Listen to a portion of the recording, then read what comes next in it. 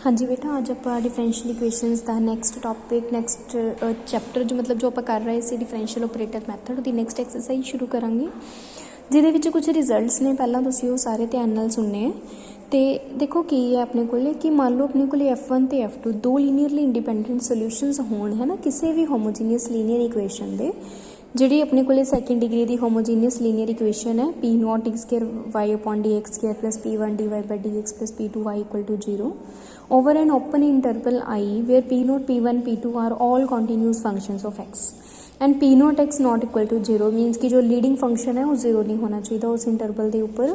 तो कहते अगर तुहाडे कोले एफ एक्स भी कोई भी सोल्यूशन होवे मीनस कि अगर ये कह सकते हैं आप कि अगर तुहाडे कोले किसी भी second degree homogeneous linear differential equation के दो इंडिपेंडेंट सोल्यूशन मिल जाते हैं तो जिहड़ा तुसी कोई भी जनरल सोल्यूशन जिहड़ा हैगा ना उन्होंने दो दे कॉम्बीनेशन दे विच लिख सकते हो। मीनस कि अगर अपने कोले F1 F2 दो इंडिपेंडेंट सोल्यूशनस ने तो अगर तुसी कोई भी सोल्यूशन लैने हो उस डिफरेंशियल इक्वेशन का तो तुसी उन्होंने F1 ते F2 दे कॉम्बीनेशन दे विच बना सकते हो जिवें alpha F1 plus beta F2 where alpha and beta are the some constants. ठीक है, नैक्सट सैकेंड हैगा कि अगर मान लो हुण तुहाडे कोले सेम वही सैकेंड डिग्री की लीनियर डिफरेंशियल इक्वेशन है तो वो अपने कोले there exist linearly independent functions F1 and F2 which are the solution of the given equation. तो अगर वो इस तरीके के सोल्यूशनस ने कि तुसीं F1 दे विच एक्स नोट पुट करके 1 लैंदे हो तो F2 दे विच एक्स नोट पुट करके 0 आंदा है तो दैन कहते अगर मान लो ये कॉन्टीन्यूस है तो कहते सोल्यूशन पक्का एग्जिस्ट करते हैं जिन्हों के करस्पॉन्डिंग ये वैल्यू सैटिस्फाई होंदियां ने।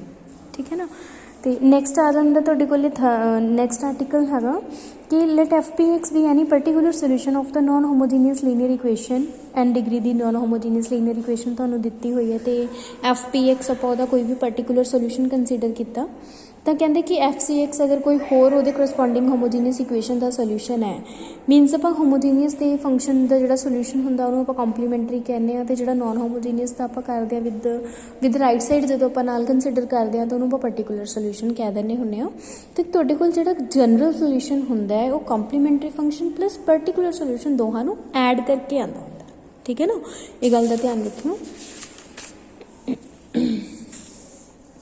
नैक्सट आ जाते हैं बेटा तुहाडे कोले कुछ बेसिक लाज है डिफरेंशियल ऑपरेटर्स के ये है लाज कि जिमें L1 L2 तो L3 मान लो तुहाडे कोले 3 डिफरेंशियल ऑपरेटर्स गिवन है ना तो कहते कि जो तुसीं इन्हां दे विच्चों किसी दो का एडिशन कर देने हो तो वह भी एक डिफरेंशियल ऑपरेटर बन जाता है जिन्होंने आपां कहांगे क्लोज्ड अंडर एडिशन। ठीक है, तो नैक्सट प्रॉपर्टी हैगी है सैकेंड की कॉम्यूटेटिविटी मीनस कि अगर तुसीं L1 दे विच L2 ऐड करदे हो या L2 दे विच L1 ऐड करदे हो तो दोवें बराबर आते हैं।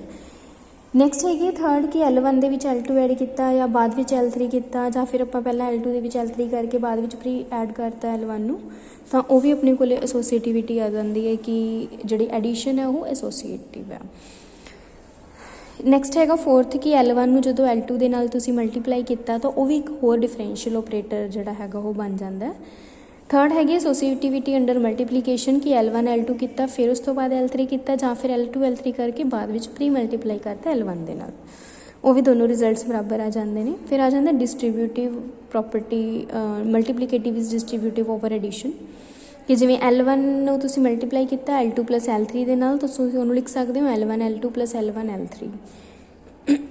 ठीक है बेटा, नैक्सट ये कुछ होर इंपॉर्टेंट प्रॉपर्टीज़ ने अपने को डिफरेंशियल ऑपरेटर्स दियाँ जिहदे विचों फस्ट प्रॉपर्टी हैगी है कि अगर एफ डी तुहाडे कोले कोई भी पोलीनोमीअल है in D then F of D equal into E raise to power A X equal to E raise to power A X into F of A minus कि अगर एक्सपोनेंशियल फंक्शन तुहाडे कोले बाद विच मल्टीप्लाई किया होया है तो तुसीं E raise to power A X नूं अगे लिख के तो जिहड़ा ए दी वैल्यू है उन्होंने तुसीं फंक्शन दे विच डी की जगह पर पुट कर सकते हो। ठीक है, ये उदों ही अपलाई होगा जो तुहाडे कोल F of A non zero होगा बट अगर एफ ऑफ ए जीरो आ जाता दैन ए जिहड़ा हैगा रूट बन जाता then E raise to power A X is the solution. Exponential shift की होंदी है कि मान लो E raise to power A X नूं तुसीं अंदर लैके जाना बाहर तो अंदर तो तुसीं डी चों डी माइनस अल्फा जिहड़ा हैगा वो पुट करोगे डी नूं रिप्लेस करोगे डी माइनस अल्फा दे नाल ते E raise to power alpha X जिहड़ा फिर वो वाई दे नाल आ जाऊगा। ठीक है जी, नैक्सट देखो जिवें फस्ट एग्जाम्पल तुहानूं इहदे नाल रिलेटिड दित्ती हुई है कि तुसीं सब तो पहला शो करना है कि जिहड़ा इहदा रोन स्केन है वो नॉन जीरो है।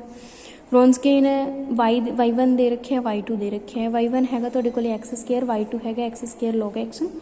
ਤੁਸੀਂ ਉਹਨਾਂ ਦੇ ਡੈਰੀਵੇਟਿਵਸ ਕੰਸੀਡਰ ਕੀਤੇ, ਜਿਵੇਂ y1 ਦਾ ਡੈਰੀਵੇਟਿਵ ਆ ਗਿਆ 2x ਤੇ y2 ਦਾ ਡੈਰੀਵੇਟਿਵ ਆ ਗਿਆ ਬਾਈ ਪ੍ਰੋਡਕਟ ਰੂਲ ਤੁਸੀਂ ਫਾਈਂਡ ਕਰ ਸਕਦੇ ਹੋ, ਜਿਵੇਂ x² log x ਦਾ x² log x ਆ ਗਿਆ 1/x + 2x log x = x + 2x log x, ਹੈ ਨਾ। ਤਾਂ ਇਹਦਾ ਜਦੋਂ ਰੋਨਸਕੀਨ ਤੁਸੀਂ ਫਾਈਂਡ ਕਰਨਾ ਹੈ ਤਾਂ ਰੋਨਸਕੀਨ ਜਦੋਂ ਫਾਈਂਡ ਕਰਨਾ ਹੈ ਤਾਂ ਆਪਣੇ ਕੋਲੇ ਰੂਲ ਹੁੰਦਾ ਹੈ ਕਿ y1 y2 ਨਾਲ ਉਹਨਾਂ ਦੇ ਫਸਟ ਡੈਰੀਵੇਟਿਵ, ਜਿਵੇਂ y1' y2'। y1 ਤੁਹਾਡੇ ਕੋਲੇ ਹੈਗਾ 2x ਤੇ y2 ਹੈਗਾ x² log x, ਠੀਕ ਹੈ। ਤਾਂ ਇੱਥੇ ਤੁਸੀਂ ਪਹਿਲਾਂ ਉਹਦਾ ਡੈਰੀਵੇਟਿਵ ਆਇਆ 2x ਦਾ 2 ਆ ਗਿਆ, ਤੇ ਇਹਦਾ ਆਪਾਂ ਕਰਾਂਗੇ ਜਿਵੇਂ x² 1/x + log x × 2x, ਠੀਕ ਹੈ ਬੇਟਾ।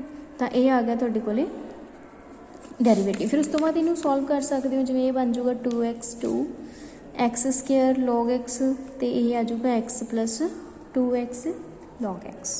ਇਹਨੂੰ ਸੋਲਵ ਕਰ ਲਓ ਬਾਈ ਸੈਕਿੰਡ ਆਰਡਰ ਡਿਟਰਮੀਨੈਂਟ ਮੈਥਡ ਦੇ ਨਾਲ।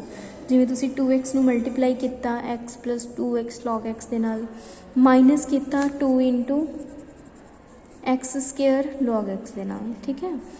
ਇਹਨੂੰ ਜਦੋਂ ਸੋਲਵ ਕਰੋਗੇ ਤਾਂ ਤੁਹਾਡੇ ਕੋਲੇ ਇਕੁਏਸ਼ਨ ਬਣ ਜਾਣੀ x³ ਦੀ, ਵਿਚ is non zero for x ≠ 0, ਕਿਉਂਕਿ ਗਿਵਨ ਹੈ ਕਿ x ਜਿਹੜਾ ਹੈਗਾ ਉਹ ਨੋਨ ਜ਼ੀਰੋ ਹੈ। ਤਾਂ ਪ੍ਰੂਫ ਹੋ ਗਿਆ ਕਿ ਜਿਹੜਾ ਇਹਦਾ ਰੋਨਸਕੀਨ ਹੈ ਉਹ ਨੋਨ ਜ਼ੀਰੋ ਹੈ, ਤਾਂ ਮੀਨਸ ਕਿ ਜਿਹੜੇ ਵੈਕਟਰਸ ਹੋ ਗਏ ਦੋਨੋਂ ਸੋਲਿਊਸ਼ਨਸ ਹੋ ਗਏ ਉਹ ਇੰਡੀਪੈਂਡੈਂਟ ਸੋਲਿਊਸ਼ਨਸ ਹੋ ਗਏ। ਫਿਰ ਉਸ ਤੋਂ ਬਾਅਦ ਤੁਸੀਂ ਇਹਦਾ ਕੋਈ ਵੀ ਜਨਰਲ ਸੋਲਿਊਸ਼ਨ, ਮੈਂ ਤੁਹਾਨੂੰ ਦੱਸਿਆ ਸੀਗਾ ਕਿ ਜਿਹੜੇ ਜਨਰਲ ਸੋਲਿਊਸ਼ਨ ਹੁੰਦੇ ਨੇ ਉਹ ਇੰਡੀਪੈਂਡੈਂਟ ਸੋਲਿਊਸ਼ਨ ਦੇ ਕੰਬੀਨੇਸ਼ਨ ਦੇ ਵਿੱਚ ਆਪਾਂ ਉਹਨੂੰ ਲਿਖ ਸਕਦੇ ਹਾਂ। ਤਾਂ ਮੀਨਸ ਤੁਸੀਂ ਦੋ ਸਕੇਲਰਸ ਐਗਜ਼ਿਸਟ ਕਰਵਾਏ, ਜਿਵੇਂ C1 ਤੇ C2। ਫਿਰ ਉਸ ਤੋਂ ਬਾਅਦ ਤੁਸੀਂ ਇਹਦੀ ਕਰਸਪੋਂਡਿੰਗ ਡਿਫਰੈਂਸ਼ੀਅਲ ਇਕੁਏਸ਼ਨ ਬਣਾਉਣੀ ਹੈ। ਤਾਂ ਹੁਣ ਆਪਾਂ ਨੂੰ ਇਹ ਪਤਾ ਹੈ ਕਿ ਜਿੰਨੇ ਕੌਨਸਟੈਂਟ ਹੁੰਦੇ ਆ ਕਿਸੇ ਵੀ ਸੋਲਿਊਸ਼ਨ ਦੇ ਵਿੱਚ ਉਹਦਾ 19 ਡਿਗਰੀ ਦੀ ਹੀ ਡਿਫਰੈਂਸ਼ੀਅਲ ਇਕੁਏਸ਼ਨ ਹੁੰਦੀ ਹੈ। ਤਾਂ ਤੁਸੀਂ ਇਸ y ਨੂੰ 2 ਵਾਰੀ ਡਿਫਰੈਂਸ਼ੀਏਟ ਕਰੋਗੇ ਅਤੇ ਜਿਹੜੇ C1 ਤੇ C2 ਨੇ ਉਹਨਾਂ ਨੂੰ ਐਲੀਮੀਨੇਟ ਕਰਨਾ। ਜਦੋਂ ਇਹ ਐਲੀਮੀਨੇਟ ਕਰ ਦੋਗੇ ਤੁਹਾਡੇ ਕੋਲ ਡਿਫਰੈਂਸ਼ੀਅਲ ਇਕੁਏਸ਼ਨ ਬਣ ਕੇ ਆ ਜਾਊਗੀ, ਠੀਕ ਹੈ ਨਾ। ਤਾਂ ਇਸ ਤਰੀਕੇ ਦੇ ਨਾਲ ਤੁਸੀਂ ਇਹਨਾਂ ਨੂੰ ਕਰ ਸਕਦੇ ਹੋ। ਨੈਕਸਟ ਤੁਸੀਂ ਆਪਰੇਟਰ ਮੈਥਡ ਯੂਜ਼ ਕਰਨਾ ਹੈ ਫॉर ਲੀਨੀਅਰ ਸਿਸਟਮ ਵਿਦ ਕੌਨਸਟੈਂਟ ਕੋਫੀਸ਼ੀਐਂਟਸ ਨੂੰ ਸੋਲਵ ਕਰਨ ਵਾਸਤੇ। ਤੁਹਾਡੇ ਕੋਲ ਇਹ ਸਿਸਟਮ ਦੇ ਰੱਖਿਆ, ਦੋ ਇਕੁਏਸ਼ਨਸ ਹੈਗੀਆਂ ਨੇ dx/dt + dy/dt - 2x - 4y = e⁻t।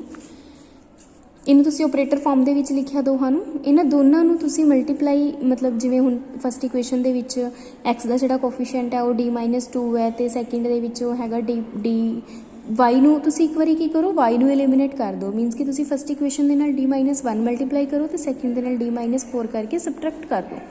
ਜਦੋਂ ਹੀ ਤੁਸੀਂ ਸਬਟਰੈਕਟ ਕਰੋਗੇ ਤਾਂ y ਖਤਮ ਹੋ ਜਾਊਗਾ ਤਾਂ d ਦੀ ਵੈਲਿਊ ਆ ਜਾਊਗੀ -2। ਇਹ d ਦੀ ਆਈ ਹੈ, ਮੀਨਸ x ਦੀ ਫਾਰਮ ਦੇ ਵਿੱਚ ਆਈ ਹੈ, ਤਾਂ ਤੁਸੀਂ ਇਹਦੇ ਕਰਸਪੋਂਡਿੰਗ ਸੋਲਿਊਸ਼ਨ ਕੱਢ ਲਓਗੇ C1 e⁻ -2t, general solution ਕੱਢ ਲਿਆ। ਦੈਨ ਉਸ ਤੋਂ ਬਾਅਦ ਫਿਰ ਜਦੋਂ ਤੁਸੀਂ ਫਸਟ ਅਤੇ ਸੈਕਿੰਡ ਨੂੰ ਸਬਟਰੈਕਟ ਕੀਤਾ ਤਾਂ y ਦੀ ਵੈਲਿਊ ਨਿਕਲ ਆਊਗੀ, ਤਾਂ x ਤੇ y ਦੋਹਾਂ ਸੋਲਵ ਹੋ ਜਾਣਗੇ ਤੁਹਾਡੇ ਕੋਲੇ। ਤਾਂ ਜਦੋਂ ਤੁਹਾਡੇ ਕੋਲੇ ਦੋ ਇਕੁਏਸ਼ਨਸ ਦਿੱਤੀਆਂ ਹੋਣ ਤਾਂ ਉਹਨਾਂ ਦੇ ਵਿੱਚੋਂ ਕਿਸੇ ਇੱਕ ਨੂੰ ਪਹਿਲਾਂ ਐਲੀਮੀਨੇਟ ਕਰ ਦਿਆ ਕਰੋ। ਦੂਸਰਾ, ਜਿਵੇਂ ਤੁਹਾਨੂੰ ਯਾਦ ਹੋਵੇ ਕਿ ਆਪਾਂ 10th ਦੇ ਵਿੱਚ ਇੱਕ ਐਲੀਮੀਨੇਸ਼ਨ ਮੈਥਡ ਕਰਿਆ ਸੀ, ਹੈ ਨਾ। ਜਦੋਂ ਆਪਣੇ ਕੋਲੇ 2 ਲੀਨੀਅਰ ਇਕੁਏਸ਼ਨ ਵਿਦ 2 ਵੇਰੀਏਬਲਸ ਆਉਂਦੀਆਂ ਸੀ ਤਾਂ ਆਪਾਂ ਉਹਨੂੰ ਸੋਲਵ ਕਰਦੇ ਸੀ, ਤਾਂ ਐਲੀਮੀਨੇਸ਼ਨ ਮੈਥਡ ਫੋਲੋ ਕਰਦੇ ਸੀ। ਜਦ ਆਪਾਂ ਪਹਿਲਾਂ x ਨੂੰ ਐਲੀਮੀਨੇਟ ਕਰ ਦਿੰਦੇ ਸੀ ਜਾਂ y ਨੂੰ, ਸੇਮ ਇਸੇ ਤਰੀਕੇ ਨਾਲ ਆਪਾਂ ਨੇ y ਨੂੰ ਐਲੀਮੀਨੇਟ ਕਰਕੇ x ਕੱਢ ਲਿਆ, x ਨੂੰ ਐਲੀਮੀਨੇਟ ਕਰਕੇ y ਕੱਢ ਲਿਆ, ਠੀਕ ਹੈ ਬੇਟਾ। ਤਾਂ ਇਹ ਹੈਗਾ ਆਪਰੇਟਰ ਮੈਥਡ, ਜਦੋਂ ਤੁਹਾਡੇ ਕੋਲੇ ਦੋ ਆ ਜਾਂਦੀਆਂ ਨੇ ਸੋਲਵ ਕਰਨ ਵਾਸਤੇ ਇਕੁਏਸ਼ਨਸ। ਇਹਦੇ ਨਾਲ ਹੀ ਤੁਹਾਡਾ ਇਹਦੇ ਨਾਲ ਰਿਲੇਟਡ ਜਿਹੜੀਆਂ ਐਕਸਰਸਾਈਜ਼ਸ ਦੇ ਕੁਐਸਚਨਸ ਨੇ ਉਹ ਵੀ ਕਰ ਲਿਓ ਤੁਸੀਂ। ਇਹਦੇ ਨਾਲ ਤੁਹਾਡਾ ਜਿਹੜਾ ਆਪਰੇਟਰ ਮੈਥਡ ਵਾਲਾ ਟੌਪਿਕ ਹੈ ਇਹ ਕੰਪਲੀਟ ਕਰਦੇ ਹਾਂ ਬੇਟਾ ਆਪਾਂ। ਅਤੇ ਜਿਹੜਾ ਨੈਕਸਟ ਹੈਗਾ ਆਪਾਂ ਕੱਲ੍ਹ ਸ਼ੁਰੂ ਕਰਾਂਗੇ solution of differential equations in series. Next ਆਪਣਾ ਟੌਪਿਕ ਇਹ ਹੈ, ਇਹਨੂੰ ਆਪਾਂ ਅਗਲੇ ਲੈਕਚਰ ਦੇ ਵਿੱਚ ਕੱਲ੍ਹ ਕਰਾਂਗੇ ਕੰਟੀਨਿਊ। ਅਤੇ ਇਹਦੇ ਵਿੱਚੋਂ ਡਿਫਰੈਂਸ਼ੀਅਲ ਆਪਰੇਟਰ ਮੈਥਡ ਦੇ ਵਿੱਚੋਂ ਅਗਰ ਕਿਸੇ ਵੀ ਸਟੂਡੈਂਟ ਦਾ ਕੋਈ ਡਾਊਟ ਹੁੰਦਾ ਹੈ ਤਾਂ ਬੇਟਾ ਤੁਸੀਂ ਕਲੀਅਰ ਕਰ ਲਿਆ ਕਰੋ। ਨਾਲ ਦੀ ਨਾਲ ਆਪਣੀਆਂ ਨੋਟਬੁੱਕਸ ਜਿਹੜੀਆਂ ਨੇ ਉਹ ਵੀ ਕੰਪਲੀਟ ਕਰਦੇ ਰਹੋ, ਤਾਂ ਕਿ ਤੁਹਾਨੂੰ ਐਗਜ਼ਾਮ ਦੇ ਵਿੱਚ ਜਾ ਕੇ ਬਾਅਦ ਵਿੱਚ ਕੋਈ ਪ੍ਰੋਬਲਮ ਨਾ ਆਵੇ, ਠੀਕ ਹੈ। ਓਕੇ।